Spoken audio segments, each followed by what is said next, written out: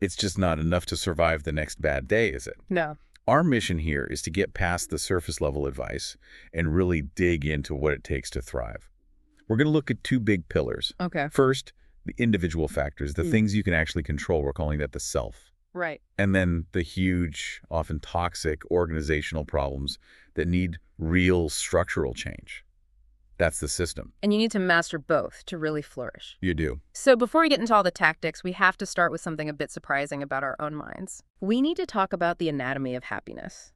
Because understanding where your basic mood comes from, that's really the first step to having any control over it. And the research on this is pretty humbling, actually. It breaks down your overall happiness into three main parts. Okay. 50%. A full half of it is just determined by your genetics. The mood you were basically born with. Exactly. Then you have about 10% that comes from your external circumstances, how much money you have, your health, that kind of thing. So wait, 60% is more or less out of your hands? Largely, yes. But that leaves this massive critical piece left over. A full 40%. A full 40% of your happiness is completely under your voluntary control. And that's not passive. That 40% is all about how intentionally you engage in a meaningful life. And this is the core idea the sources just keep coming back to. The true opposite of depression isn't happiness, it's resilience. That's a powerful distinction. It is. If you're actively going after engagement, meaning connection, you are consciously building your resilience.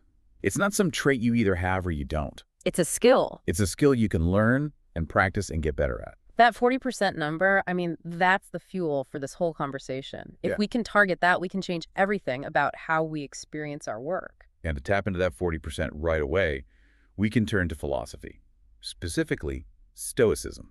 And this isn't about being an emotionless robot, right? Not at all. It's a really practical, profound framework designed for people operating under extreme stress. The core idea is that famous one. You have to make a radical distinction. Every single day. You have to draw a line between what is actually in your control. Your thoughts, your actions, your emotions, how you prepare for something. And what is absolutely not. External events, bureaucratic nonsense, how a patient or a client is feeling. All of it. And focusing on that is really about conserving your energy. You stop wasting it on things you can't change. So the first strategy is to maintain agency. Yes.